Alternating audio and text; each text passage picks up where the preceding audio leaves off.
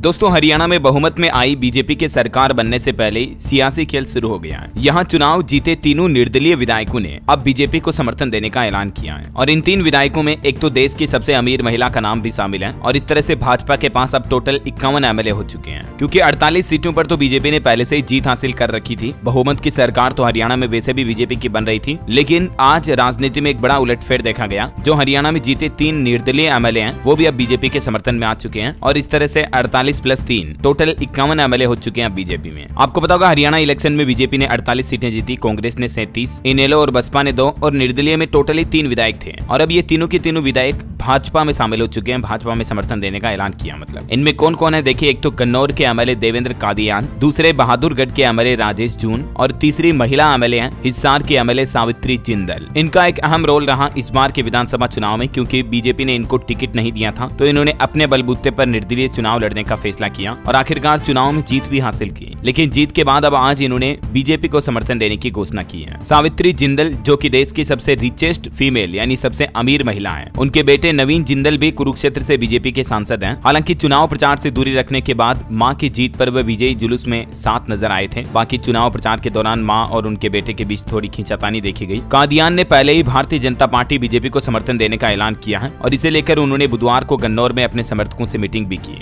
और इसके बाद उन्होंने कहा कि अधिकतर समर्थकों ने सरकार के साथ जाने की बात की है। हिसार विधानसभा सीट से जहां सावित्री जिंदल जीती, इनका मार्जिन रहा 18,941 वोटों का। इनके अगेंस्ट में कांग्रेस के रामनिवास राणा को इन्होंने हराया और इसी तरह से बहादुरगढ़ विधानसभा सीट से अच्छे मार्जिन के साथ जीत हासिल की राजेश जून ने। ये भी पहले निर्दलीय में थे, अब बीजेपी में शामिल हो चुके हैं। और तीसरे विधायक गन्नौर विधानसभा सीट से इन्होंने भी अच्छे मार्जिन से जीत हासिल की है, 35,209। देवेंद्र कादियान 77,248 वोट मिले इनको। कुलदीप शर्मा कांग्रेस के कैंडिडेट को इन्होंने हराया। तो ये हरियाणा इलेक्शन रिजल्ट के बाद आज एक बड़ा बदलाव देखने को मिला है। जुड़े रहेगा डीएलएस न्यूज चैनल के साथ पल पल के लेटेस्ट ब्रेकिंग न्यूज अपडेट देखते रहने के लिए। जय हिंद, जय भारत, वंदे मातरम।